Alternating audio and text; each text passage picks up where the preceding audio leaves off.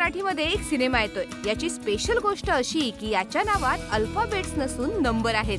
कळलं? अहो 1 2 3 4 सिनेमाची स्टार कास्ट, पिक्चरायझेशन आणि नाव या सगळ्याच गोष्टी खूपच कॅची आहेत. पण तितकाच इंटरेस्टिंग आहे याचा विषय.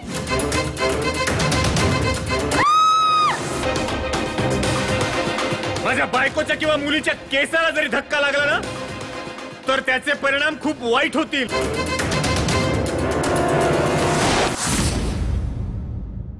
चार वेगवेगळ्या गोष्टींना एकाच धाग्यात ओवून केलेला हा 1 2 3 4 खूपच इंटरेस्टिंग वाटतोय. भूषण प्रधान आणि कलाकारांची खूप मोठी फौज असलेल्या या सिनेमाचं नुकतंच ट्रेलर आणि म्युझिक लॉन्च झालं.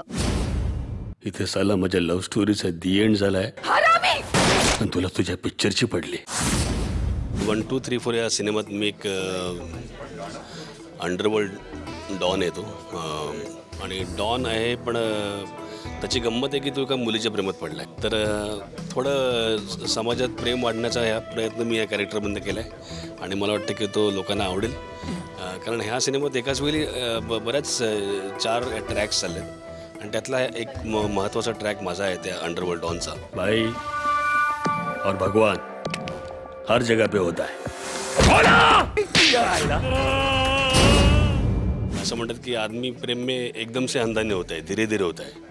उसका प्रमाण ये होता है कि वो जिस लड़की से प्यार करने लगता है वो उसको अचानक वर्ल्ड की सबसे सुंदर लड़की लगने लगती है. प्रेम ही गोष्टच खूप पेनफुल आहे. ॲक्च्युली नेहमी प्रेम म्हणजे कुठल्या मुलीला आय लव्ह यू म्हणणं हे सुद्धा खूप पेनफुल असतं. तर तरुण जनरेशन मला माहीत नाही पुढे किती गेले. अनुभवाची बोल आहे आणि त्यामुळे हा एक अंडरवर्ल्ड डॉन प्रेमात पडल्यावरती आणखीन कॉम्प्लिकेशन्स ॲक्च्युली होतात. बाबू ठोक त्याला.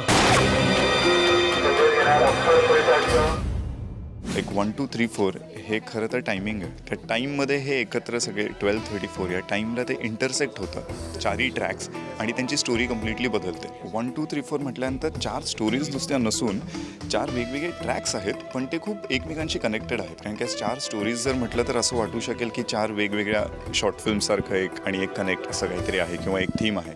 तर तसं नसून 4 वेगवेगळे ट्रॅक्स पण त्यांचं एकमेकांशी एका वेळेला कनेक्शन येतं आणि त्याच्यातनं काय घडतं.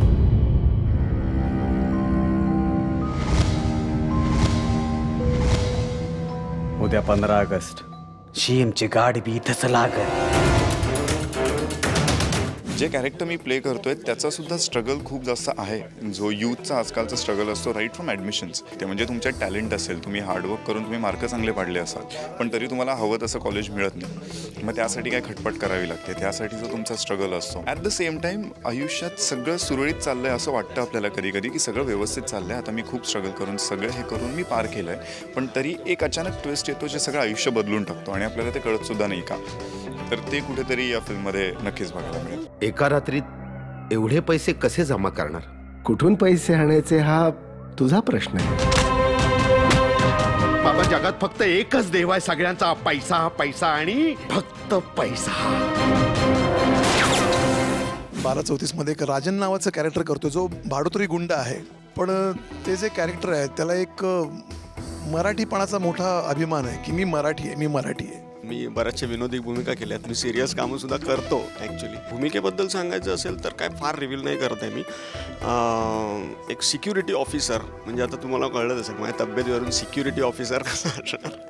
मग तो एक थोडासा कॉमेडी जॉनरकडे जाऊन परत सिरियसकडे जातो. आपण भी ऐसा रस्ते से चलेगा ना तो लोगों की ऐसी फटनी मांगती. आणि एका दिवशी त्याच रस्त्यात एखाद्या कुत्र्याला मारावं अशी गोळी खावी लागली.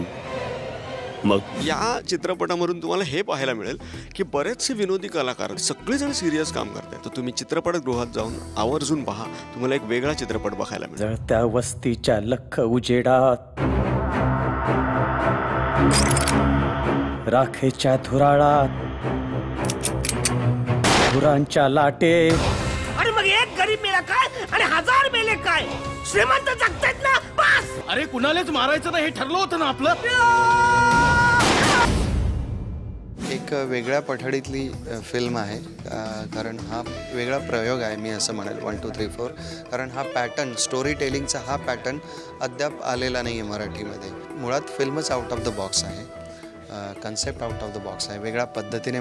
हे मात्र वेळ आल्यावरच कळेल. फ्रेंड्स, फिल्मी गप्पांच्या या फिल्मी दुनियेत वेळ झाली इथंच थांबण्याची. मात्र असे चटपटीत अपडेट्स तुम्हाला पाहायचे असतील तर पाहायला विसरू नका फिल्मी गप्पांचा येणारा भाग. तोपर्यंत माय बोली पहा, मस्त रहा.